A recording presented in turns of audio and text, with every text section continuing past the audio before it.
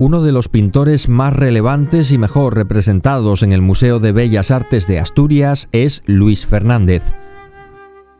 Importantes por dos razones. En primer lugar, por su significación en el panorama del arte español del siglo XX, e importante desde el punto de vista cuantitativo, no solo cualitativo, sino también cuantitativo, por la gran cantidad de obra, y no solo obra, documentación, manuscritos, objetos personales que tenemos del artista.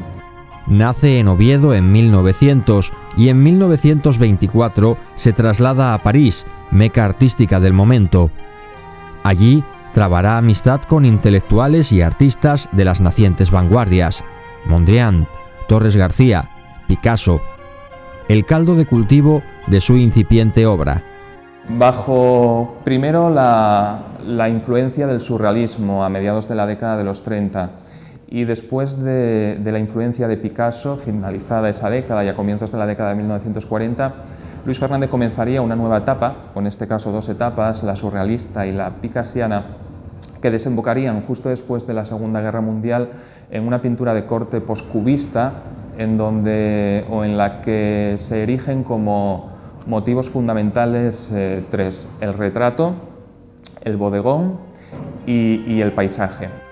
En la década de los 50 del siglo pasado, Fernández inicia su etapa de madurez, marcada por un arte depurado en el que busca la esencialidad.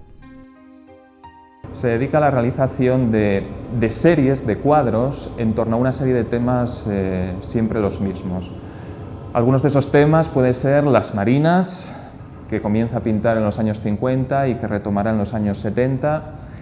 También alguno de esos temas puede ser el de la rosa acostada, el de la rosa en un vaso, el del cráneo es otro de sus temas y de sus series más importantes, las palomas, los conejos, animales de muy diverso tipo a los que dedica series de pinturas, y otro de sus temas, de los que también cuenta el Museo de Bellas Artes de Asturias algún trabajo, es el del cráneo con velas. Los formatos de Luis Fernández casi siempre son medianos o pequeños.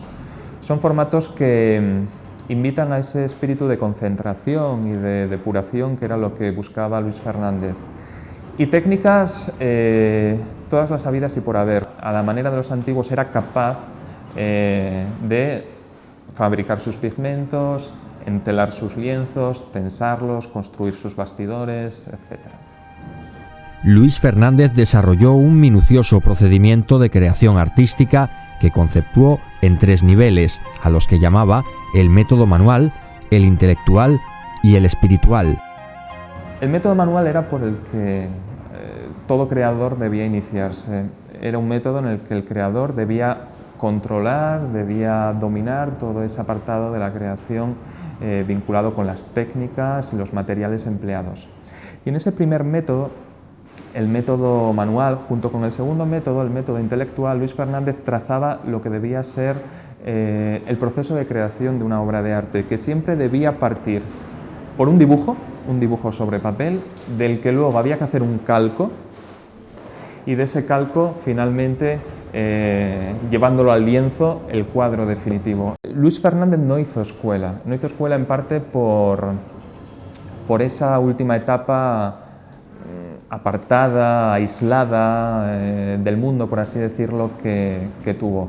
Es un pintor singular en ese sentido, un pintor que persigue una línea, la línea de la depuración y de la decantación, y un pintor, bueno, que, por así decirlo, reflexiona en torno a una serie de aspectos que pueden ser comunes a las reflexiones que pueden tener otros artistas, pero que en ningún momento serán parecidas.